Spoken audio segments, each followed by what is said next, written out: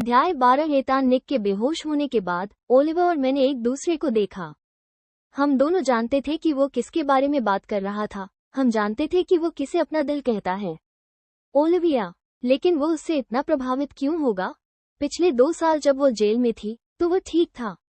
उसे परवाह नहीं थी कि वो जिंदा रहे या मर जाए। वो उस औरत को इधर उधर घुमाने में व्यस्त था। अब जब वो बाहर आ गई है तो उसे दिक्कत हो गई है। नहीं, निक को दूसरों को भी मौका देना चाहिए। मेरी मदद करो और उसे फिर कभी इतना मत पीने देना। अगली बार जब वो ऐसा कुछ करे तो मुझे जल्दी फोन करना। जी, मिस्टर लुइस। हमने उसे कार की पिछली सीट पर बिठाया और ओलिवर उसके साथ रहा। जैसे ही मैं कार स्टार्ट करने वाला था, मेरा फोन बज उठा। मैंने उसे जेब से निकाला और स्क्रीन पर एक अनजान नंबर चमक उठा। मैंने भौहें चढ़ाकर उसे उठाया। एथन लुइस, हाय, मैं हूँ। उसकी आवाज सुनते ही मेरा दिल धड़क उठा। मैंने पीछे वाली सीट की तरफ देखा और एक बेहोश हो गया था। हाय, कैसी हो? किसका फोन है? मुझे समझ ही नहीं आ रहा था कि क्या कहूँ। मुझे उम्मीद भी नहीं थी कि वो मुझे फोन करेगी। काश मैं उसे देख पाता। मैंने उसे आखिरी बार 1 साल पहले देखा था जब उसने सैमुअल को जन्म दिया था। मैं ठीक हूँ, फोन मेरा है।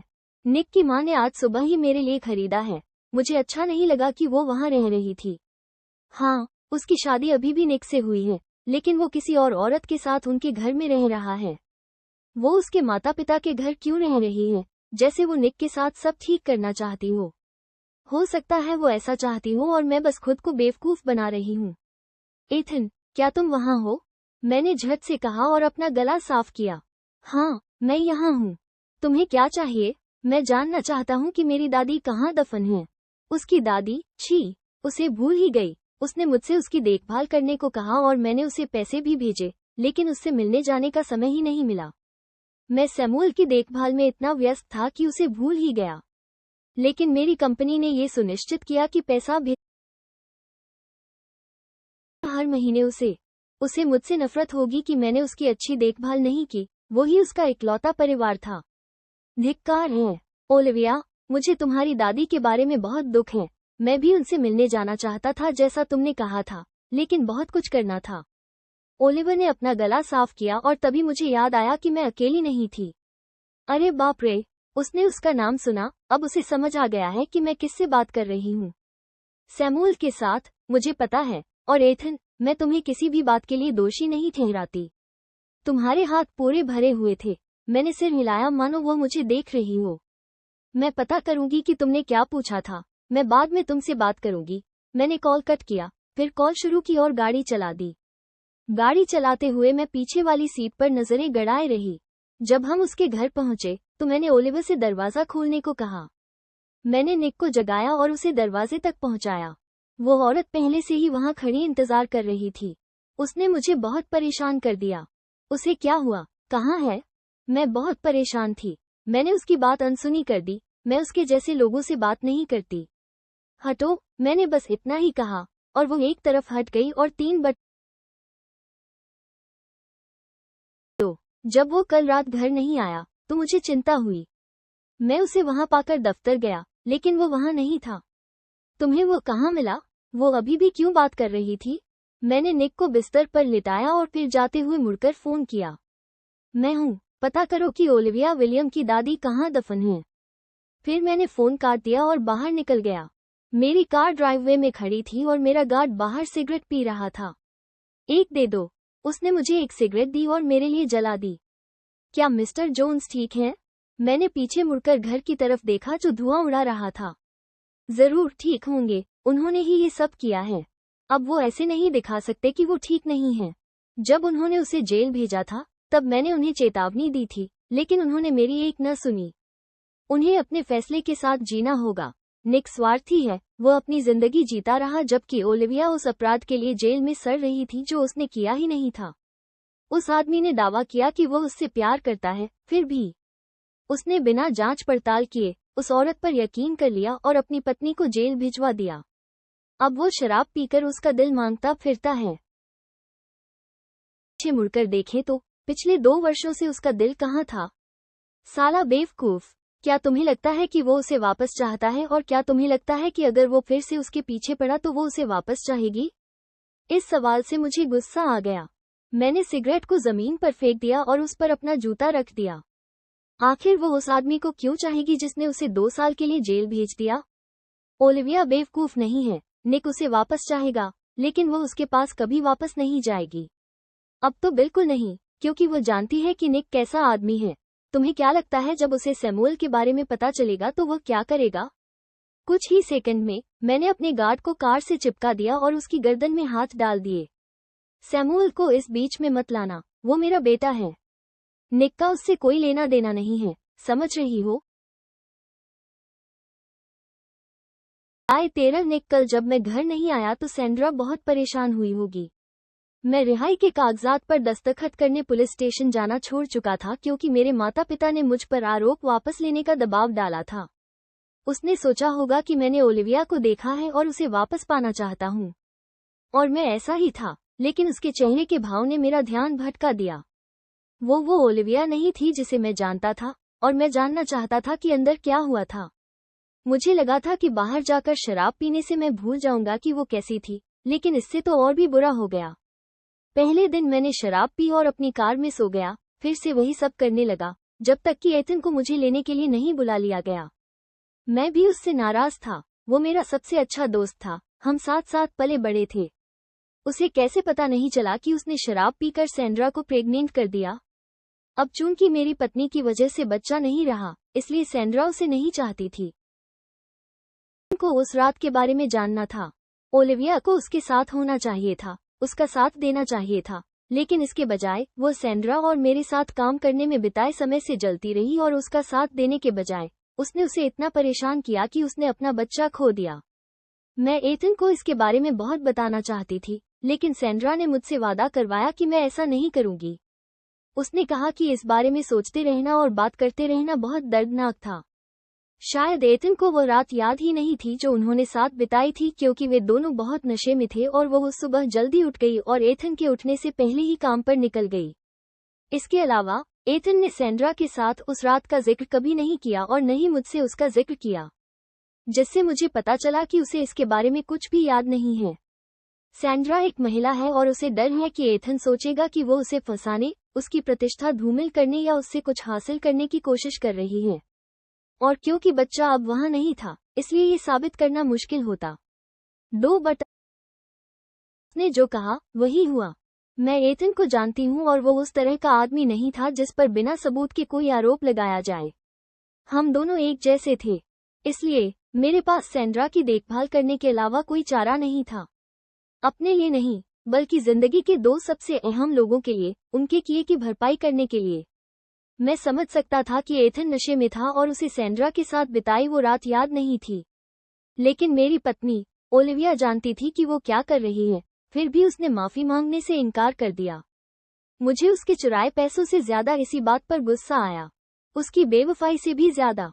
मैं उस बात को नजरअंदाज करके अपनी शादी पर काम करने को तैयार था, क्योंकि मैं उससे प्यार करता हूँ। उसके साथ एक परिवार बसाना चाहता था, लेकिन वो बहुत जिद्दी थी। मुझे सैंड्रा को भी मनाना था, किसी तरह उससे उन सबकी भरपाई करनी थी जो उन्होंने उसे सहने पर मजबूर किया था। मैंने कभी सपने में भी नहीं सोचा था कि जेल में उसके साथ इतना बुरा व्यवहार होगा। वो मेरी पत्नी थी और उन्हें पहले से पता होना चाहिए था। उसे इस हालत में देखकर बहुत दुख होता था और इससे कोई फर्क नहीं पड़ता कि उसे वहां भेजने के बाद मैं कभी उससे मिलने नहीं गया। लगता था कि वो कितनी घमंडी और जिद्दी थी। मैं बस यही चाहता था कि वो माफी मांगे, फिर हम अपनी जिंदगी में आगे बढ़ सकते थे। सैंड्रा उसकी सबसे अच्छी दोस्त थी, और अगर वो उसके सामने झुक जाए तो वो उसे तुरंत माफ कर देगी। लेकिन नहीं, ओलिविया को यह नहीं बताया जा सकता कि उसे क्या करना है। उसकी मौजूदा हालत में भी जिस औरत से मैंने शादी की है, वह भीख मांगने नहीं आएगी, भले ही वो गलत ही क्यों न हो। मैं जिस तरह से पीता था, मुझे मुश्किल से याद है कि एथन के बार में आने के बाद क्या हुआ था। मैं बस यही उम्मीद करती हूँ कि मैंने इतनी ज्यादा शराब नहीं पी ली कि मैंने एथन को अपनी सारी बातें बता दी और उसे बता दिया कि उसके, सैंड्रा और उसके बच्चे के बीच क्या हुआ था। टिप्पणियां बेहतर था, वो सही थी। अगर मैंने उसकी तुलना की होती तो वह सोचता कि वो मेरे समान स्तर का है, लेकिन वो तो बिल्कुल नहीं था। मैं उसे दिखाना चाहता था कि मुझ में कितनी ताकत है। अगर उसने मुझे धोखा दिया तो मैं उसका क्या कर सकता हूँ। लेकिन ओलिविया के गिरफ्तार होते ही वो मानो हवा में गायब हो गया और पैसे भी ले गया। इसीलिए मुझे वो पैसे कभी नहीं मिले। मैं मानता हूँ कि मैंने भी उसे ढूंढने की पूरी कोशिश नहीं की। 4 मुझे लगा कि इससे मेरी पत्नी को सबक मिलेगा, उसे पता चलेगा कि मैं ही उसके लिए एकमात्र पुरुष हूँ, एकमात्र जिस पर वह भरोसा कर सकती है, एकमात्र व्यक्ति जो उसकी जरूरतों को पूरा कर सकता है और उसे खुश रख सकता है। ये सब सोचकर मैं और भी ज्यादा शराब पीने लगा। मैं चाहता था कि अगर हो सके तो बेहोश हो जाऊं। मैं अपने दोस्त से उसके बच्चे के बारे में जो राज छुपा रहा था, उसके बारे में सोचता ही नहीं रह सकता था, और नहीं यह सोचता रह सकता था कि वहां से निकलने के बाद मेरी पत्नी कैसी दिख रही होगी। 14 निक में उठा तो मुझे ऐसा लग रहा था जैसे किसी ट्रक ने मुझे टक्कर मार दी हो। मैं आंखें बंद करके लेटा रहा, बस अपने दर्द से कराहते शरीर की आवाजें सुन रहा था और इतनी शराब पीने का पछतावा कर रहा था। तभी मेरे बगल में कुछ हलचल हुई और मैंने आंखें खोली और पलटा तो देखा कि सैंड्रा मेरे बगल में सो रही है। बिस्तर से उछलकर मैं अपने दर्द से कराहते शरीर को भूल गई। क्या बात है सैंड्रा? वो उछलकर बिस्तर पर बैठ गई और इधर उधर देखने लगी। क्या बात है? धिक्कार है? क्या मतलब? तुम मेरे बिस्तर पर हो? बिस्तर से उठते हुए उसने आंखें मिली मानो उसने कुछ गलत ही न किया हो। ओह माफ करना, मुझे बुरा सपना आया था और मैं सो नहीं पा रही थी, इसलिए मैं यहाँ आई और पूछा कि क्या मैं तुम्हारे साथ सो सकती हूँ, और तुमने हाँ कह दिया। क्या? कल रात मैं कितनी नशे में थी? क्योंकि मुझे कुछ भी याद नहीं। सैंड्रा, मैं कल रात नशे में थी। तुम्हें मेरी कही किसी भी बात को गंभीरता से नहीं लेना चाहिए था, और इसके अलावा मैं 1/7 और मैं शादीशुदा आदमी हूँ और यह बिस्तर मेरा और मेरी पत्नी का है। उसने मेरी तरफ देखा तक नहीं, सिर झुका लिया और फिर अपनी चप्पलें उठाकर पहन ली। वो दरवाजे तक गई, लेकिन बाहर निकलने से पहले उसने कहा, मुझे माफ करना, मैंने तुम्हारा वैवाहिक जीवन कलंकित कर दिया। मैं कभी तुम्हें परेशान नहीं करना चाहती थी और ऐसा दोबारा नहीं होगा। माफ करना। फिर वो चली गई और मुझे उसके साथ बहुत सख्ती करने का अपराधबोध होने लगा। 4 सैंड्रा का कोई नहीं था, उसके पास सिर्फ ओलिविया थी और जेल जाने के बाद उसके पास मैं था। अब मैं बिना वजह उस पर चिल्ला रहा था। धिक्कार है। उसने पिछले 2 सालों में मेरी कितनी मदद की है और ओलिविया को एक बार देखकर मैं पागल हो जाता हूँ। वो कमबख्त औरत। लेकिन उसका क्या हुआ? जिसे मैंने पुलिस स्टेशन से बाहर आते देखा, वो मेरी पत्नी नहीं थी, वो उस औरत की परछाई थी जिसे मैं कभी जानता था। मैंने अपना फोन ढूंढते हुए इधर उधर देखा, वो अभी भी मेरी जेब में था। मैंने अपने सुरक्षा प्रमुख गिवन को फोन किया। 2/7 तुरंत फोन उठाया। बॉस, जेल में रहते हुए मेरी पत्नी के साथ जो कुछ हुआ, उसके बारे में सब कुछ पता करो। मैं हर छोटी बड़ी बात जानना चाहता हूँ। 1 घंटे के अंदर सब कुछ मिल जाएगा। मैंने फोन काट दिया और आंखें बंद करके बिस्तर पर बैठ गया। मेरा सिर घूम रहा था, लेकिन मैं वहां बैठकर अपना हैंगओवर नहीं सह सकता था। मुझे किसी और के साथ जाना था। मैं बाथरूम की तरफ जाने के लिए खड़ा था। मैंने नहाया और जब मैं बाहर आया तो मेरा बिस्तर बिछा हुआ था और बेडसाइड टेबल पर एक गिलास पानी और उसके बगल में 2 एस्पिरिन की गोलियां रखी थीं। इससे मुझे और भी ज्यादा ग्लानि हुई। मैं उसके साथ बहुत सख्त था, उसने फिर भी मेरा ख्याल रखा। मैं कितना बेवकूफ था। मैंने गोलियां पी ली और नीचे जाने से पहले कपड़े बदले। मैंने सैंड्रा को देखकर माफी मांगने की उम्मीद में इधर उधर देखा, लेकिन वो कहीं नहीं दिखी। मैंने आह भरी और अपना ब्रीफकेस लेकर दरवाजे से बाहर निकल गया। कार पहले से ही ओलिवर के साथ चल रही थी। 3/7 टैक्सीडो में खड़ी थी। सुप्रभात सर। मैंने बस सिर हिलाया और अंदर आ गई। हम चुपचाप काम पर चले गए। ऑफिस पहुंचकर बाहर निकलने से पहले मैंने पूछा, क्या कल मिसेज घर आई थी? ओलिवर मेरे सवाल से चौंक गया, लेकिन उसे पता था कि मुझसे इस बारे में सवाल करना ठीक नहीं होगा। नहीं सर। मेरा दिल बैठ गया। वो कहाँ थी? वो मेरे घर क्यों नहीं आई? मैं कार से उतरा और इमारत में चला गया। मुझे अपने अपने कार्यस्थलों पर जाते देख कर्मचारी तितर बितर हो गए। जब मैं अपने ऑफिस पहुंचा तो अपनी मेज के पीछे बैठकर हमारी शादी की तस्वीर देखने लगा। वो उसमें बहुत खूबसूरत और खुश लग रही थी। हमसे गलती कहाँ हुई? मेरा फोन बज उठा और कॉल करने वाली मेरी माँ थी। जवाब देने से पहले मैंने आह भरी, माँ, ओह, तुम अभी भी जिंदा हो। जानकर अच्छा लगा। मेरी माँ और उनका व्यंग्य, मैं तुम्हारे लिए क्या कर सकती हूँ माँ? आप मुझे बता सकते हैं कि जेल से छूटने के बाद से आप अपनी पत्नी से मिलने क्यों नहीं आए हैं? आप अब उस महिला के साथ जीवन की योजना बना रहे हैं जिसके साथ आप रह रहे हैं। क्या आप उसके लिए अपनी पत्नी को तलाक देना चाहते हैं? मुझे आश्चर्य हुआ कि उसे ऐसा क्यों लगा। सैंड्रा और मैं दोस्त की माँ हैं, और अगर ओलिविया मुझे चाहती तो वो मेरे घर आ जाती, लेकिन उसने ऐसा नहीं किया। मेरी माँ दूसरी तरफ से मजाक उड़ाते हुए हंसी। मुझे हमेशा लगता था कि हमने एक होशियार लड़का पाला है, लेकिन अब मुझे एहसास हुआ कि मैं खुद को बेवकूफ बना रही थी। मैंने चुप रहा क्योंकि मुझे समझ नहीं आया कि उसका क्या मतलब है। निक, क्या तुम्हें लगता है कि वो तुम्हारे पास ऐसे ही आ जाएगी, जैसे कुछ हुआ ही न हो? तुमने उसे जेल भिजवाया था, याद है? तुमने उस लड़की को चोट पहुंचाई थी। उसने पहले मुझे चोट पहुंचाई, लेकिन मैं अब भी उसे वापस पाना चाहता था और मैं उसके किए सब कुछ भूलकर अपनी शादी को बेहतर बनाने के लिए तैयार था।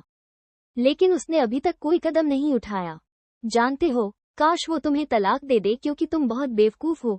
फिर उसने फोन काट दिया। मैं अपनी कुर्सी पर पीछे झुकते हुए आहें भरने लगा। मुझे ये क्यों रेंगते हुए उसके पास जाना चाहिए था और भीख मांगना। सबसे पहले उसी ने मेरे साथ गलत किया था। उसने अपनी सबसे अच्छी दोस्त और मेरे साथ जो किया उसके लिए कभी माफी नहीं मांगी। वो इतनी घमंडी थी मानो उसने कुछ गलत ही न किया हो। मुझे गुस्सा आया कि उसने इतना सब कुछ करते हुए मेरी भावनाओं का जरा भी ख्याल नहीं रखा। वो मेरी पत्नी थी और मैं चाहता था कि वो मेरे साथ बैठे और मुझे समझाए कि उसने ऐसा क्यों किया। लेकिन नहीं, वो जिद्दी थी। मेरा फोन फिर से बजा और मैंने सोचा कि यह फिर से मेरी माँ का फोन है। लेकिन ये गिवन था। मुझसे बात करो। अजीब बात है बॉस, मुझे तो कुछ नहीं मिला। मेरे चेहरे पर शिकन आ गई। उसका क्या मतलब था कि उसे कुछ नहीं मिला? वो तो ऐसे ही नहीं दिख रही थी, कुछ तो हुआ होगा। विस्तार में बताना। बॉस, मैंने जेल में सब कुछ चेक कर लिया है। मुझे बस इतना पता चला है कि वो पिछले 2 सालों से वहां थी और उसकी रिहाई के दस्तावेज। इसके अलावा वहां कुछ नहीं है। कोई रिपोर्ट नहीं है। बीमार होने के बारे में कुछ नहीं। मेरी भौहें गहरी हो गई। खोदते रहो, वहां कुछ हुआ है और मैं जानना चाहता हूं कि क्या हुआ। मैंने फोन काट दिया। ओलिविया, तुम्हें क्या हुआ? अध्याय 15। एतान में ओलिविया को लेने के लिए गाड़ी से निकलने ही वाला था, ताकि उसे उसकी दादी की कब्र पर ले जा सकूं। मैं अभी कार में बैठा ही था कि मेरे ड्राइवर और बॉडीगार्ड जेम्स ने कहा, सर, मुझे अभी एक अलर्ट मिला है। किसी ने मिसेस जोन्स का जेल रिकॉर्ड देख लिया है। निक, तुम क्या ढूंढ रहे हो? हमें पता था कि एक दिन ऐसा हो सकता है, जेम्स, इसीलिए हमने इतनी सावधानियां बरती। मुझे लगता है उन्हें कुछ नहीं मिला, है ना? उसने सिर हिलाया। मैं निक को सैमुअल के बारे में पता नहीं चलने देना चाहता था। उसे उस लड़के के बारे में कुछ भी जानने का हक नहीं था। ऐसा ही रहने दो। और जेम्स, अगर निक को कभी सैमुअल और ओलिविया के साथ वहां जो कुछ भी हुआ उसके बारे में पता चल गया, तो मैं वो सब भूल जाऊंगा जो हमने सहा है और वो सारे साल जो तुमने मेरे लिए काम किए हैं। इसका मतलब है, अगर कभी ऐसा हुआ तो मैं तुम्हें कुत्ते की तरह मार डालूंगा। थी जब निक ने मुझे उससे पहली बार मिलवाया था। उसने अब भी मेरी सांसें रोक ली और मुझे इतना बेवकूफ बना दिया कि मैं अपनी बात कहते कहते लड़खड़ा गई। मैं कार से बाहर निकला और वो मुझे देखकर मुस्कुराई। कैसी हो, ओलिविया? उसने कार में बैठते हुए सिर हिलाया। मैं और बेहतर हो सकती थी, लेकिन मैं एक दिन में एक ही दिन के बारे में सोच रही हूँ। पिछली सीट पर उसके बगल में बैठना, उसके इतने करीब होना, मुझे बहुत खुशी दे रहा था। सब ठीक हो जाएगा, मेरा विश्वास करो। उसने मुझे हल्की सी मुस्कान दी और बाकी का सफर खामोश रहा। मुझे बात न करने की परवाह नहीं थी। वो मेरे बगल में थी और बस इतना ही। एक कब्रिस्तान पर रुकी। कार से उतरने में उसे 1 मिनट लगा। मैं चुपचाप उसे उसकी दादी की कब्र तक ले गया। वो उदास थी क्योंकि उस पर कोई तस्वीर या कब्र का पत्थर नहीं था। वो बस एक कब्र थी। यही है। उसने मेरी तरफ देखा। उसकी आंखें पहले से ही आंसुओं से चमक रही थीं। उसकी दादी की कब्र ही एकमात्र ऐसी कब्र थी जिस पर न तो कोई कब्र का पत्थर था और न ही कोई तस्वीर। मैं बस अंदाजा लगा सकता था कि उस पल उस पर क्या गुजर रही होगी। इससे पहले कि मैं माफी मांग पाता और उसे बता पाता कि हम इसे ठीक कर सकते हैं, कि हम कब्र पर कब्र का पत्थर रख सकते हैं, वो कब्र के सामने घुटनों के बल गिर पड़ी और बेकाबू होकर रोने लगी। मैं उसे अपनी बाहों में लेकर दिलासा देना चाहता था। उसे बताना चाहता था कि सब ठीक हो जाएगा, कि हम उस औरत को उसके किए की सजा दिला सकते हैं। लेकिन मुझे खुद को रोकना पड़ा, वो अब भी मेरे दोस्त की बीवी थी। मेरा बेवकूफ दोस्त, वो उसके लायक नहीं था। ईथेन, इसे देखो, मेरी दादी की इसे देखो। 3/15 गंभीर, ऐसा लग रहा है जैसे किसी का कोई परिवार ही न हो। उसे कुत्ते की तरह दफनाया गया था। निक ने उसकी कब्र पर कब्र का पत्थर लगाने की भी जहमत नहीं उठाई। वो एथन जैसा काम कैसे कर सकता है? प्लीज मुझे बताओ कैसे। उसे इस तरह रोते देखकर मुझे बहुत दुख हुआ। वो इस तरह की तकलीफ की हकदार नहीं थी। वो जिंदगी की सारी अच्छी चीजों की हकदार थी। मैंने सुना है कि निक ने उसे दफनाया नहीं, उसके पड़ोसी ने उसे दफनाया, लेकिन वह भी पेंशन पर रहने वाली एक बूढ़ी औरत है। उसके पास कब्र का पत्थर वगैरह रखने के लिए पैसे नहीं थे, लेकिन उसने जो कर सकती थी किया। हमें इसके लिए आभारी होना चाहिए। मेरे इतना कहते ही उसने अपना सिर घुमाकर मेरी तरफ देखा। उसकी आंखें ठंडी और दूर दूर थीं। तुम कह रही हो कि उसमें मेरी दादी को दफनाने की भी शराफत नहीं थी? मैंने कुछ नहीं कहा, बस उसकी तरफ देखा। जिस तरह से वो मुझे देख रही थी, उससे मैं डर गया। उस पल उसमें कुछ बदल गया, मुझे नहीं पता क्या, पर वो ठंडी लग रही थी और उसकी आंखें बेजान सी लग रही थीं। उनमें वो गर्माहट चली गई थी जिससे मैं प्यार करता था, वो भी चली गई थी। अध्याय 15। उनमें एक चमक थी, वो चमक खासकर जब वो मुस्कुराती थी। अब मैं बता भी नहीं सकता कि उन खूबसूरत आंखों में क्या था जो रह गया था। मैं चाहती हूँ कि वे एथन को पैसे दे। मुझे पता है निक तुम्हारा दोस्त है और मैं तुम्हें इसमें शामिल नहीं करूंगी, लेकिन मैं उसे और सैंड्रा दोनों को पैसे देने पर मजबूर करूंगी। जब उसने ये कहा तो उसकी आंखों में जो भाव थे, उससे मैं डर गई, लेकिन साथ ही मुझे उसकी हर संभव मदद करने का मन भी हुआ। हम तुम्हारी दादी की कब्र पर एक कब्र का पत्थर लगाएंगे और मैं तुम्हें नौकरी दे सकती हूँ। उसने सिर हिलाया। नहीं, तुमने बहुत कर लिया, बस मेरे बेटे का ध्यान रखना। वो खड़ी हुई और एक बार फिर कब्र को देखा। निक ही वो इंसान है जिसे हर बात का पछतावा होगा, और वो ही एक दिन यहाँ आकर एक कब्र का पत्थर रखेगा। वो ही वो इंसान है जो मेरी दादी से माफी मांगने आएगा। मेरी बात याद रखना। कहने को और कुछ न था, इसलिए मैंने सिर हिला दिया। मुझे नहीं पता था कि वो क्या योजना बना रही है, लेकिन मुझे पता था कि 5 में मुझे ऐसा करना ही पड़ा। अगर तुम नहीं चाहते कि मैं तुम्हें नौकरी दूं, तो तुम्हें नौकरी के लिए आवेदन करना शुरू कर देना चाहिए। मैं तुम्हारी अच्छी सिफारिश करूंगा। वो इतनी जोर से हंसी कि उसका सिर पीछे की ओर झुक गया। वो पागल औरत जैसी लग रही थी। उसकी हंसी भी उदास थी। तुम्हारी सिफारिश का कोई मतलब नहीं होगा एथन। मेरा एक आपराधिक रिकॉर्ड है। जोन्स एंटरप्राइजेस से लाखों की चोरी करने के जुर्म में मुझे जेल हुई थी। तुम्हें क्या लगता है उसके बाद कौन मुझे नौकरी पर रखने की हिम्मत करेगा? मैंने अपने हाथ मुट्ठियों में भींच लिए। निक ने तो इस औरत को बर्बाद ही कर दिया। मैं उसकी मदद कैसे कर सकता था जब उसे मुझ पर भरोसा ही नहीं था? चिंता मत करो एथन, मैं ठीक हो जाऊंगी। जब उसकी आंखें ऐसी मृत और कंकाल जैसी लग रही थी, तो मैं चिंता कैसे न करूं? धिक्कार है निक। ओलिविया, अपनी दादी की कब्र देखकर मुझे जो गुस्सा आया वो अवर्णनीय था। हालांकि दर्द उस गुस्से से कहीं ज्यादा था जो मुझे महसूस हुआ। उस महिला ने मेरे लिए सब कुछ किया और यह सुनिश्चित किया कि मैं पढ़ाई करूं और वो महिला बनूं जो मैं आज हूं। फिर भी जब उन्हें मेरी सबसे ज्यादा जरूरत थी, मैं उनके साथ नहीं थी। मैं उन्हें उचित अंतिम संस्कार देने के लिए मौजूद नहीं थी। उसे बिना किसी कब्र के पत्थर या तस्वीर के एक कुत्ते की तरह दफना दिया गया। मेरा दिल टूट गया कि हालात इतने बिगड़ गए कि वह भी एक तरह की क्षति बन गई। लेकिन मैं सब कुछ ठीक करने जा रही थी। जिन्होंने मेरे साथ अन्याय किया, जिन्होंने मुझे ये दर्द दिया, उन्हें भी यही दर्द 10 गुना ज्यादा महसूस होगा। मुझे वापस ले चलो एथन। मैं निक के माता पिता को बताने जा रही हूँ कि मैं घर वापस जा रही हूँ। उसने सिर हिलाया और हम कब्रिस्तान से निकल पड़े, अपनी दादी को यह वादा देकर कि मैं उनके साथ अच्छा व्यवहार करूंगा। वापसी का रास्ता खामोश था। मैं सोच रहा था कि कैसे कुछ किया जाए। अध्याय। कोई नौकरी नहीं थी और कोई भी मुझे आपराधिक रिकॉर्ड के साथ नौकरी पर नहीं रखने वाला था। निक यही तो चाहता था जब उसने मुझे गिरफ्तार करवाया और उसने कसम खाई थी कि वो मुझे इसकी सजा देगा और जब तक मैं जिंदा रहूं, मेरा जीना मुश्किल कर देगा। मैं तुम्हारा इंतजार करूंगा और तुम्हें तुम्हारी नानी के घर ले जाऊंगा। मैंने ना में सिर हिलाया। मैंने उसे काफी तकलीफ पहुंचा दी थी। मैं ठीक हो जाऊंगा एथन, तुम अपना काम कर सकते हो। तुम एक बड़ी टेक कंपनी के CEO हो। तुम अपना दिन अपराधियों के साथ बर्बाद नहीं कर सकते। मेरी तरफ देखते ही उसका चेहरा सख्त हो गया। अगर यह पहले होता तो मैं उस नज़र से डर जाता, लेकिन अब जब मैंने असली जानवर देख लिए हैं तो उसके हिसाब से वो धमकी भरी नज़र कुछ भी नहीं थी। इससे मुझे जरा भी डर या भय नहीं लगा। तुम कभी भी खुद को अपराधी मत कहना, मेरे सामने तो बिल्कुल नहीं, और मैं जा भी नहीं रहा हूँ। अंदर जाओ और जो करना है करो, फिर हम निकल सकते हैं। मैं कार से बाहर निकला, लेकिन दरवाजा बंद करने से पहले ही मैंने कहा, कानून की नज़र में मैं अपराधी हूँ। तुम्हारे दोस्त ने ये पक्का कर दिया है, समझाने का मौका ही नहीं दिया कि मैं गलत हूँ या कि मैं अपराधी नहीं हूँ, और मुझे उस काम के लिए गिरफ्तार किया गया है जो मैंने किया ही नहीं। सच तो ये था कि मुझे गिरफ्तार किया गया, मुझ पर मुकदमा चलाया गया और मुझे सजा सुनाई गई।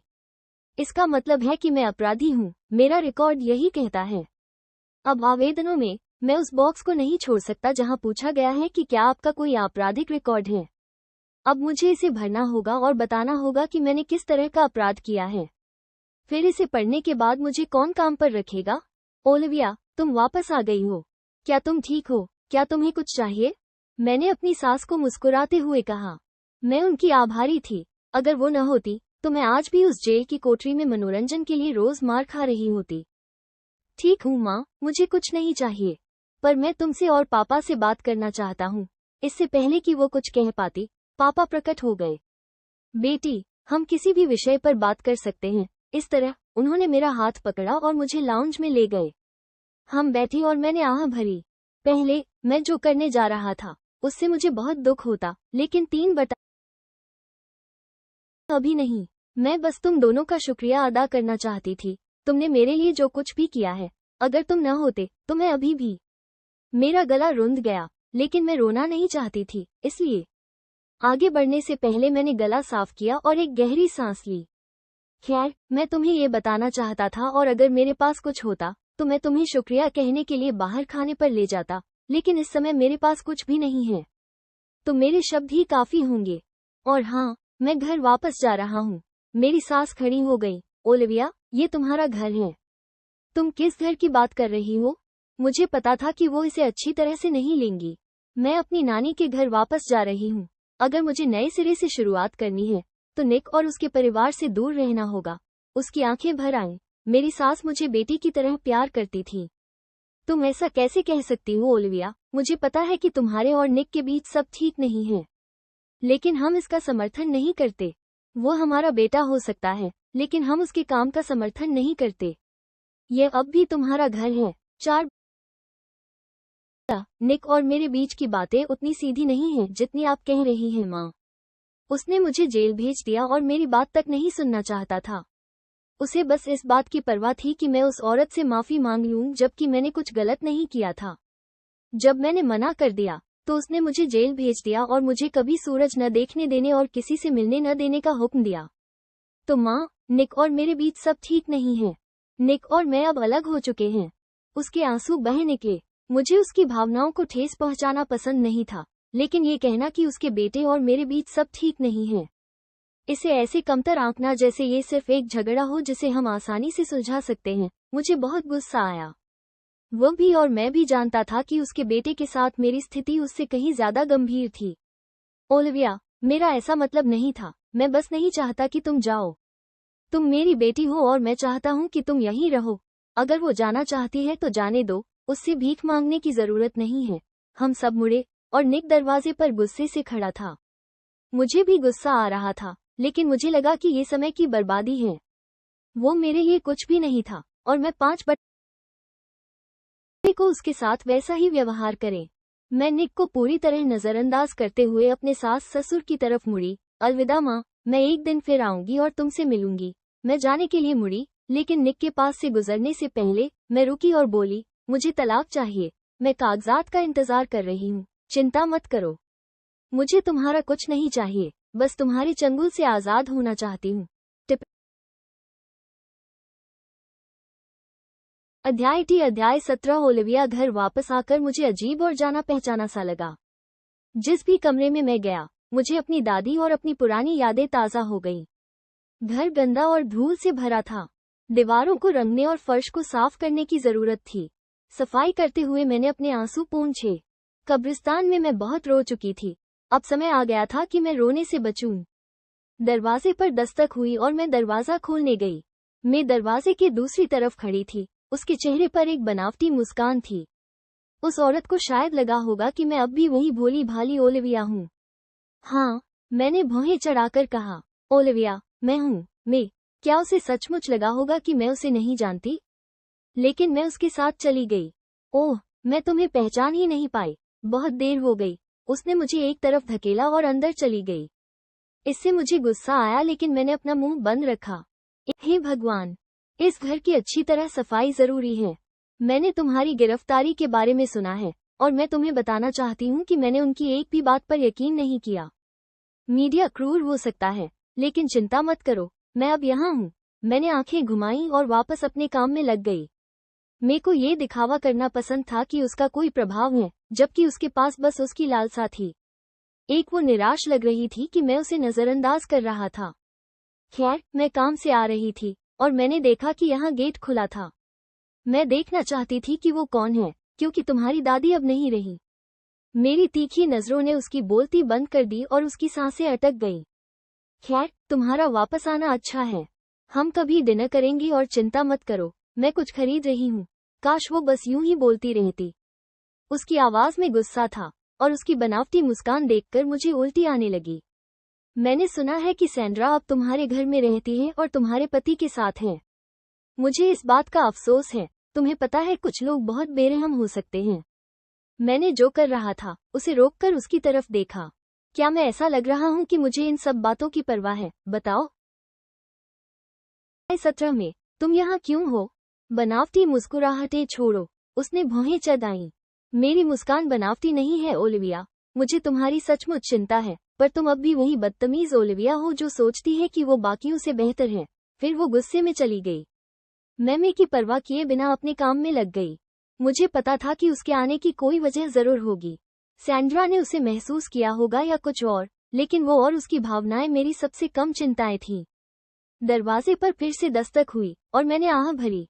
पहले तो मैंने ये सोचकर अनदेखा कर दिया कि यह फिर से मैं है, लेकिन दस्तक जारी रही। मैंने झुंझलाकर झाड़ू नीचे गिरा दी और उसे अपनी बात कहने के लिए तैयार हो गया। लेकिन वो मैं नहीं थी। वो मेरी दादी की दोस्त और पड़ोसी थी, वही जिसने उन्हें दफनाया था जब मैं नहीं कर सका था। उसे देखते ही मेरी आंखें भर आईं और उसने मुझे अपनी बाहों में भर लिया और मेरी पीठ सहलाने लगी। मुझे बहुत माफ करना, बच्ची, मैं रोते हुए कहती रही। मैंने उसे अंदर बुलाया। दादी, मैं आपको चाय पिलाती, पर मेरे पास यहाँ कुछ नहीं है। मैं बस यूं ही यहाँ आई हूँ। उसने हाथ हिलाया। अध्याय 17। कोई बात नहीं बेटा, मैं यहाँ चाय पीने नहीं आई, तुम्हारी दादी के बारे में बात करने आई हूँ। फिर उसने एक कार्ड निकाला और मुझे दे दिया। वो मेरी दादी का बैंक कार्ड था। ये अब तुम्हारा है। मुझे नहीं पता इसमें पैसे हैं या नहीं, लेकिन इसे रखना ठीक नहीं लगा। शायद कुछ किराने का सामान खरीदने के लिए काफी हो। मैंने उसे ले लिया और उसे धन्यवाद दिया। बताओ बेटी, तुम्हें क्या हुआ? खबर तो ये थी कि तुमने अपने पति से लाखों रुपये चुराए, लेकिन मैं तुम्हें जानती हूँ ओलिविया। तुम मेरे सामने ही बड़ी हुई हो और हमेशा से एक अच्छी लड़की रही हो। उसके शब्दों ने मेरे दिल को छू लिया। मुझे उम्मीद थी कि मेरी दादी भी ऐसा ही महसूस करेगी।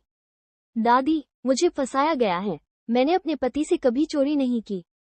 मुझे उस चीज के लिए गिरफ्तार किया गया जो मैंने की ही नहीं थी, और जिस व्यक्ति ने उसे मेरे खिलाफ भड़काया वो सैंड्रा थी। बूढ़ी औरत की आंखें आश्चर्य से चौड़ी हो गईं। ओलिविया, सैंड्रा को मैं सिर्फ तुम्हारी स्कूल की दोस्त ही जानती हूँ। वो अनाथ लड़की जिसका पालन पोषण तुम्हारी दादी ने किया था। अध्याय 17। वही। मुझे नहीं पता कि उसने ये कैसे किया, लेकिन उसने मेरे पति को यकीन दिला दिया कि मैं बुरी हूँ और उसने उस पर विश्वास कर लिया। 1। मुझे बहुत अफसोस है बच्ची, लेकिन तुम्हारी दादी और मैंने एक पल के लिए भी तुम पर शक नहीं किया। लेकिन तुम्हें पता है कि तुम्हारी दादी की तबीयत ठीक नहीं थी। जब उन्होंने ये खबर देखी तो उनका ब्लड प्रेशर बहुत बढ़ गया। इससे भी कोई फायदा नहीं हुआ कि उन्हें तुमसे मिलने नहीं दिया गया और किसी औरत ने उन्हें तुम्हारे पति के घर से भगा दिया। क्या सैंड्रा ने ही उन्हें भगाया होगा? मेरा खून खौल उठा। दादी निक के पास गई और उसने सैंड्रा को बिना बात किए उन्हें भगा दिया। ऐसा कैसे हो सकता था? उस मुलाकात के बाद पत्रकार आते रहे और तुम्हारी दादी को परेशान करते रहे। वो इसे बर्दाश्त नहीं कर सकी और एक दिन उनकी तबीयत बिगड़ गई और उन्हें अस्पताल ले जाया गया। वो रुककर मेरी तरफ देखने लगी मानो किसी गहरी सोच में डूबी हो, क्योंकि उसके पास अस्पताल में ज्यादा समय तक रहने के लिए पर्याप्त पैसे नहीं थे। उसे वापस घर भेज दिया गया और 1 महीने बाद वो चल बसी। मुझे जो दर्द हुआ वो असहनीय था। अध्याय 17। मेरी छाती जल रही है और मेरा दिल लाख टुकड़ों में टूट रहा है। उसने उस औरत को, मेरी दादी को, अपने घर से कुत्ते या भिखारी की तरह भगाने दिया। निक को अपने किए की सजा भुगतनी पड़ेगी और मैं ये सुनिश्चित करने वाली थी कि उसे सजा मिले। गले में अटकी गांठ को निगलते हुए मैंने कहा, जब मैं उसके साथ नहीं रह सका तब उसके साथ रहने के लिए, उसे दफनाने और मुझे उसे अलविदा कहने का मौका देने के लिए शुक्रिया। मैं आपकी दयालुता का बदला चुकाने का कोई न कोई रास्ता जरूर निकालूंगा, मैं इसकी कसम खाता हूँ। नहीं बच्चे, मुझे किसी से पैसे वापस लेने की जरूरत नहीं है। तुम्हें जेल से बाहर निकालकर घर वापस देखना ही मेरे लिए काफी है। 18 अध्याय 18। निक, तुम वहाँ किस लिए खड़े हो? जाओ, मेरी बहू को वापस लाओ। उससे कहो कि तुम्हें माफ कर दो और तुम बेहतर करोगे। जाओ निक, अभी जाओ। मेरी माँ रोते हुए मुझे बार बार मारते हुए बोली। वो ओलिविया से प्यार करती थी और मुझे उन्हें इस तरह देखना पसंद नहीं था। लेकिन जब वो मुझे नहीं चाहती थी तो मैं और क्या कर सकता था? मैं उन्हें मुझे चाहने के लिए मजबूर नहीं करने वाला था। मैंने उसे मुझे मारने से रोकने के लिए उसके हाथ पकड़ लिए। माँ, वो नहीं चाहती कि मैं उसके पीछे जाऊं। तुमने सुना उसने क्या कहा? वो तलाक चाहती है और मैं कुछ भी कहूँ उसका मन नहीं बदलेगा। मुझे माफ करना। खुद को मेरी पकड़ से छुड़ाते हुए वो और भी जोर से रोई। मुझे बहुत दुख हुआ। जिस तरह से उसने मेरी तरफ देखा, ऐसा लग रहा था जैसे वो किसी ऐसे व्यक्ति को देख रही हो जिससे वो नफरत करती हो। निक, निकल जाओ, मेरे घर से निकल जाओ, वो मुझ पर चिल्लाई। मैंने पिताजी की ओर देखा, लेकिन वो ऐसे बैठे रहे जैसे कुछ हो ही न रहा हो। तब मुझे पता चला कि मैंने सिर्फ इतना ही नहीं किया था, मैं अपने माता पिता को निराश करती हूँ, उन्हें दुख पहुँचाती हूँ। मुझे माफ कर दो माँ। उसने बस मुझे घूरा और दरवाजे की तरफ इशारा किया। जाने से पहले मैंने उसे उदास नजरों से देखा। एथन और ओलिविया अब बाहर नहीं थे, वे चले गए थे। मैं कुछ देर अपनी कार में बैठा रहा। कहाँ जाना है सर? ओलिविया ने पूछा, लेकिन मैंने अनसुना कर दिया। उसने मुझसे तलाक मांगा। उसने कहा कि वो मेरे चंगुल से आजाद होना चाहती है। बहुत दुख हुआ। मैं अब भी उससे प्यार करता था और उसे वापस पाना चाहता था, लेकिन वो मुझसे नफरत करती है। मैंने जेब से फोन निकाला और एथन को फोन किया। मुझे इस बात की परवाह नहीं थी कि वो ओलिविया के साथ था। वो उससे पहले मेरा दोस्त था और मुझे उसकी जरूरत थी। निक, उस कमीने ने जवाब देते हुए कहा, मुझे तुम्हारी जरूरत है। मैं 1 घंटे में तुम्हारे ऑफिस में मिलूंगा। फिर मैंने फोन काट दिया। मैं उसे कोई बहाना बनाने का मौका नहीं देना चाहती थी कि वो मुझसे क्यों नहीं मिल सकता। लुईस टेक के लिए, मैंने ओलिविया से कहा और फिर कुर्सी पर आराम से बैठ गई और आंखें बंद कर लीं। ओलिविया के शब्द मेरे दिमाग में गूंजते रहे।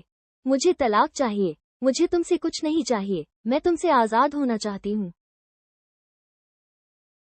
चंगुल, वो चाहती थी कि मैं उसे आजाद कर दूं ताकि वो अपने बॉयफ्रेंड के साथ वहीं से रिश्ता जारी रख सके जहां उसने छोड़ा था। इसीलिए वो छूटने के बाद मेरे पास घर नहीं लौटी। अब जब मुझे उसके रिश्ते के बारे में पता चल गया था, तो वो मुझे छोड़ना चाहती थी और उसे कुछ भी नहीं चाहिए था क्योंकि उसके पास अभी भी वो पैसे हैं जो उसने मुझसे चुराए थे। 2 औरतें कितनी बेरहम होती हैं। उसने मेरे माता पिता को मुझ पर गुस्सा दिलाया और मैं उसके लिए रो रहा था। उन्हें पता ही नहीं था कि वो असल में कौन थी। ये सोचकर मुझे गुस्सा आ गया। उसकी हिम्मत कैसे हुई? उसने जो कुछ भी किया था और मुझे जो दर्द दिया था, उसके बाद भी उसकी इतनी हिम्मत कैसे हुई कि वो मुझसे तलाक मांग ले? उसने न तो माफी मांगी और न ही कोई पछतावा जताया। आखिर वो मुझे क्या समझ रही थी? चल ओलिवर, तू क्या है, बड़ा बुजुर्ग? गाड़ी चला। मैं सीधा बैठ गया और खिड़की से बाहर देखने लगा। मुझे अब भी उसकी बात पर गुस्सा आ रहा था, साथ ही इस बात का दुख भी हो रहा था कि वो मेरे साथ नहीं रहना चाहती थी। क्या उसने कभी मुझसे प्यार किया था? जब मैंने ये सोचा तो मेरी छाती में इतना दर्द हुआ कि मुझे लगा कि 3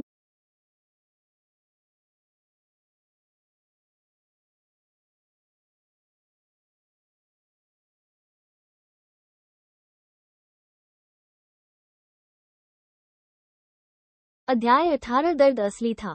असली से मेरा मतलब है जैसे मुझे चाकू मारा गया हो और दर्द हो रहा था। मुझे लगता है कि एक तरह से मैं घायल हो गया था। वो औरत मेरा दिल थी और उसने उसे मेरे सीने से निकालकर रौंद दिया। उसे इस बात की जरा भी परवाह नहीं थी कि वो मुझे तकलीफ दे रही है। उसे मेरी भावनाओं की कोई परवाह नहीं थी। वो बस मुझे तलाक देना चाहती थी। एथन और मैं एक ही समय पर उसके ऑफिस पहुंचे। मैं अभी भी पिछली सीट पर सांस लेने के लिए संघर्ष कर रही थी। मैं उठ नहीं पा रही थी। सर, हम आ गए हैं। मैंने ओलिवर की बात अनसुनी कर दी। उसने मुड़कर मेरी तरफ देखा और फिर भौहें चढ़ा लीं। सर, आप ठीक हैं? मैंने फिर भी उसकी बात अनसुनी कर दी। वो कार से कूदकर मेरे पास आया और दरवाजा खोला। मिस्टर लुइस, बॉस को कुछ गड़बड़ है, उस बेवकूफ ने एथन पर चिल्लाकर कहा, जो अपने फोन में व्यस्त था। उसने उसे जेब में डाला और दौड़कर हमारी तरफ आया। उसने मेरी तरफ देखा और फिर सिर हिलाया। तुम्हें क्या हुआ है? क्या तुम्हें डॉक्टर की जरूरत है? मैंने सिर हिलाया। निक, तुम्हें पसीना आ रहा है। कुछ गड़बड़ है। 4/18। मैंने कहा था ना, मैं ठीक हूँ। मैंने उस पर झपट्टा मारा। वो मुझ पर ऐसे झल्ला रहा था जैसे मैं कोई मुसीबत में फंसी हुई लड़की हूँ। मैंने एथन को धक्का दिया और कार से बाहर निकल गई, लेकिन मेरे सीने में दर्द बना रहा। दम घुट रहा था। अगर तुम ठीक हो तो चलो मेरे ऑफिस चलते हैं। वो आगे आगे चल रहा था और मैं उसके पीछे पीछे। मैंने अपना चेहरा सीधा रखने की कोशिश की, लेकिन सीने में दर्द के कारण मुझे पसीना आ रहा था। भीग गया है और गर्मी भी ज्यादा नहीं थी। रिसेप्शन एरिया से लिफ्ट तक का रास्ता मीलों मीलों जैसा लग रहा था। फिर भी लिफ्ट से बस 2 फीट की दूरी थी। सारा, ठंडा पानी लाओ। एथन ने अपनी सेक्रेटरी को निर्देश दिया। जैसे ही मैं अंदर गई और आंखें बंद करके उसके सोफे पर लेट गई, मेरी छाती में दर्द हो रहा था। मैंने उसे अंदर आते और दरवाजा बंद करते सुना। 1, क्या तुम मुझे बताना चाहोगी कि तुम्हें क्या हो गया है? मैंने अपना मुंह बंद रखा। ऐसा नहीं था कि मैं नहीं चाहती थी, लेकिन दर्द इतना तेज था कि मैं बोल नहीं पा रही थी। लो, ड्रिंक्स और थोड़ा पानी। मैंने अपनी आंखें खोली और एक ही बार में पूरी बोतल पानी पी लिया। एथन ने मेरी तरफ दया भरी नजरों से देखा और मुझे उससे नफरत हो गई। तुम्हें क्या हो गया है यार? वो तलाक चाहती है। वो मुझे छोड़ना चाहती है यार। एथन सीधा होकर मुझे घूरने लगा।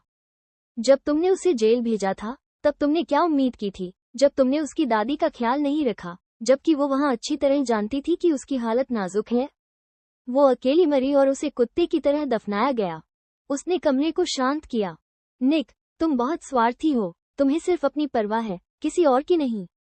अब उस बेचारी लड़की के साथ तुमने जो कुछ भी किया है, उसके बाद तुम यहाँ बीमार दिख रही हो और शिकायत कर रही हो कि वो तुम्हें छोड़कर जाना चाहती है, जबकि तुम उसके घर में किसी और औरत के साथ रह रही हो। मैंने ऐसा नहीं सोचा था। ठीक है निक, तुम मेरे सबसे अच्छे दोस्त हो, लेकिन इस मामले में मैं ओलिविया का समर्थन करता हूँ। तुम बहुत बदमाश हो और मैंने तुम्हें शुरू से ही यह बताया था। अब हिम्मत करो, तुमने ही यह बिस्तर बनाया है और अब ये 6/7। अध्याय 19 ने एथन ने कुछ ऐसा कहा जिसने मुझे सोचने पर मजबूर कर दिया। बाकी सब कुछ तो सही था और मुझे इसका पछतावा भी हुआ, लेकिन मुझे समझ नहीं आया कि उसने ऐसा क्यों कहा कि मैं अपनी पत्नी की दादी की देखभाल नहीं करता। हो सकता है कि ओलिविया को जेल भेजने के बाद मुझे उनका सामना करने में शर्म आ रही थी, इसलिए मैंने उनसे मिलने से इनकार कर दिया हो। लेकिन मैं हर महीने उनके कार्ड पर पैसे जरूर भेजता था। ओलिविया के जेल में होने के बावजूद भी उसकी देखभाल होनी चाहिए थी। मैंने ओलिविया को कभी जेल नहीं भेजा ताकि मैं उसकी दादी को सजा दे सकूं। एथन, तुम मुझे जानते हो यार, क्या तुम्हें लगता है कि मैंने उसकी दादी का ध्यान नहीं रखा? मैं पिछले 2 सालों से उसे हर महीने पैसे भेजता रहा हूँ। मैं भले ही उससे मिलने न गया हूँ, लेकिन मैंने ये जरूर सुनिश्चित किया कि उसके पास आराम से जिंदगी जीने के लिए पैसे हों। आपने उसे पैसे भेजे, फिर उसे अज्ञात कब्र में क्यों दफनाया गया? मैं एथन को नहीं जानता। जिस व्यक्ति ने उसे दफनाया था, उसे शायद ये पता नहीं था कि वो मर चुकी है। इस बैंक में पैसा, सच कहूं तो उसे खुद भी शायद अंदाजा नहीं रहा होगा कि उसके बैंक में इतना पैसा है। ओलिविया की दादी बूढ़ी थी और उनके पास बैलेंस चेक करने के लिए कोई ऐप नहीं था। मुझे यकीन है कि उसने सिर्फ अपनी पेंशन से मिलने वाले पैसों का ही इस्तेमाल किया होगा और उसे पता ही नहीं था कि और भी कुछ है। तुम्हें कब पता चला कि उसकी मौत हो गई? इस बात पर मुझे शर्म आई। मुझे उसकी मौत के 1 महीने बाद पता चला और मैंने उसकी कब्र देखने की जहमत भी नहीं उठाई। यह महत्वपूर्ण नहीं है। 1, ओलिविया शायद ऐसा न सोचे। निक, मुझे भी काम है और मुझे यकीन है कि तुम्हें भी। प्लीज चले जाओ। मुझे पता था कि जब उसने मुझे बाहर निकाला तो वो नाराज था। कम से कम उससे बात करने और ओलिविया के नजरिए से चीजों को देखने के बाद मुझे अच्छा लगा। मैं खड़ा हुआ और दरवाजे की तरफ बढ़ा। मैंने दरवाजा खोला, लेकिन बाहर जाने से पहले मैंने मुड़कर पूछा, मैं अपनी पत्नी के साथ जेल में रहते हुए क्या हुआ, इसके बारे में जानकारी लेने की कोशिश कर रहा था, लेकिन किसी ने इसे ब्लॉक कर दिया। ऐसा कुछ नहीं है 2/19। मुझे जो पता है उसके अलावा वहाँ और क्या हुआ, लेकिन फाइल में क्या लिखा है और वो कैसी दिख रही थी, इससे कुछ और ही पता चलता है। क्या आप मुझे ये पता लगाने में मदद कर सकते हैं कि वे क्या छिपा रहे हैं? वो सबसे बेहतरीन तकनीकी विशेषज्ञ था जिसे मैं जानता था। एथन किसी भी सिस्टम में सेंध लगा सकता था और जो चाहे निकाल सकता था। इससे कोई फर्क नहीं पड़ता था कि आप अपनी जानकारी कितनी अच्छी तरह और कितनी सुरक्षित तरीके से छिपाते हैं, अगर वह चाहता तो उसे हासिल कर ही लेता। उसने अपना सिर उठाया और मुझे अजीब नजर से देखा। तुम असल में क्या जानना चाहते हो, कि वो जेल में खुश नहीं थी या शायद वो बाहर आकर मॉडल जैसी नहीं दिखी क्योंकि वो जगह स्वर्ग जैसी है? निक, तुम असल में क्या जानना चाहते हो? मुझे पता था कि वो जगह कोई स्वर्ग नहीं है, लेकिन मैंने कभी किसी को मेरी पत्नी जैसा दिखते हुए नहीं देखा। जरूर कुछ हुआ होगा, या मैं जेल में कुछ ऐसा ढूंढ रहा था जिससे उसे जेल भेजने का औचित्य सिद्ध हो सके, या मैं अपने किए पर खुद को बेहतर महसूस कर सकूं। आप सही कह रहे हैं, जेल कोई स्वर्ग नहीं है और उससे अलग देखने की उम्मीद करना, जैसा वह है, उससे अलग है। 3/। सब ये भ्रम है। मैं यह महसूस करते हुए बाहर निकला कि दुनिया उलट गई है। सब कुछ गलत था। मेरी पत्नी मुझसे कोई नाता नहीं रखना चाहती थी, मेरा सबसे अच्छा दोस्त मुझसे नाराज है और मेरे माता पिता भी। हालांकि उन्हें नहीं पता था कि मैंने ऐसा क्यों किया। मैं उन्हें भी नहीं बताने वाला था। वे मेरी पत्नी से प्यार करते हैं और मैं उन्हें इसके लिए उससे नफरत नहीं करवाना चाहता था। मैं अपने माता पिता को अपनी पत्नी से नफरत करने देने के बजाय खुद तकलीफ सहना पसंद करूंगा। वे मुझे उसके जाने का जिम्मेदार ठहरा सकते हैं। कम से कम वे अब भी एक दूसरे से मिल सकते हैं और बातें कर सकते हैं। अब मिसेस कहाँ हैं? मैंने गिवन से उन पर नजर रखने को कहा। मुझे ये जानना था कि वे सुरक्षित हैं या नहीं। वे अपनी नानी के घर पर हैं। मैंने कार में बैठते हुए सिर हिलाया। मुझे वहां ले चलो। मैं बस ये सुनिश्चित करना चाहता था कि वे ठीक हैं। काश मैं उन्हें फिर से अपने पैरों पर खड़ा कर पाता, उन्हें डॉक्टर के पास ले जाकर उनकी जांच करवा पाता और देख पाता कि उनकी सेहत ठीक है या नहीं। लेकिन मैं ऐसा कुछ नहीं कर सकता था। वो मुझसे कोई लेना देना नहीं चाहती थी। यहीं रुक जाओ। हम थोड़ी दूरी पर रुके, लेकिन मैं देख सकता था कि 4 साफ दिखाई दे रहा था। पर्दे लगे हुए थे, लेकिन दरवाजा खुला था, जिससे पता चल रहा था कि अंदर कोई है। मैं कार से उतरकर वहां जाना चाहता था। उसे जबरदस्ती उठाकर अस्पताल पहुंचाना चाहता था। जानना चाहता था कि उसके साथ क्या हुआ। सबसे जरूरी बात, मैं उसके करीब रहना चाहता था। उसके साथ एक ही कमरे या जगह में रहना चाहता था, भले ही सिर्फ 5 मिनट के लिए ही क्यों न हो। खिड़की पर दस्तक हुई तो मैं चौंक गया। मैं घर की तरफ देख रहा था, पर मुझे पता ही नहीं चला कि वो हमारे पीछे आ रही है। उसके हाथ में शॉपिंग बैग था। हमारे पहुंचने से पहले ही वो दुकान पर निकल गई होगी। गिवन ने खिड़की खोल दी। क्या तुम मुझे तलाक के कागजात देने आए हो? अब जब मैं उसे करीब से देख रहा था, तो मुझे एहसास हुआ कि वो एक अलग ही औरत थी। हालांकि वो पहले से काफी दुबली हो गई थी, लेकिन उसके चेहरे के भाव काफी निखर गए थे और उसकी आंखें ज्यादा भावपूर्ण हो गई थीं। मेरी पत्नी ज्यादा देर तक मेरी आंखों में नहीं देख पाती थी। वो शर्मा जाती थी और नजरें फेर लेती थी। 19 लेकिन मेरे सामने खड़ी औरत ने बिना पलक झपकाए मेरी आंखों में गहरी नजर से देखा और मुझसे पूछा, नहीं, मैं तो बस वहां से गुजर रही थी। उसने मुझे ऐसी नजर से देखा कि मेरा दिल टूट गया। उसकी नजर में कोई भावना नहीं थी, न कोई उदासी, न कोई गुस्सा, बस एक खाली नजर, मानो किसी अजनबी को देख रही हो। अजनबी भी उन्हें देखकर कुछ न कुछ भावनाएं महसूस करते थे, जैसे भ्रम, डर, मनोरंजन, झुंझलाहट, कुछ भी। लेकिन मुझे कुछ नहीं। जब कागज तैयार हो जाएंगे तो मुझे बताइएगा, उसने कहा और चली गई। मैं कार से बाहर निकला और उसे जाते हुए देखा। मैं उसे आवाज देकर पूछना चाहता था कि क्या वो ठीक है। उसे किसी चीज की जरूरत तो नहीं, पर मैं ऐसा नहीं कर सका। मैंने 2-4 बार मुंह खोला, पर कुछ नहीं निकला। फिर भी मन ही मन मैंने कहा, मुझे तुम्हारी याद आ रही है, मेरे दिल।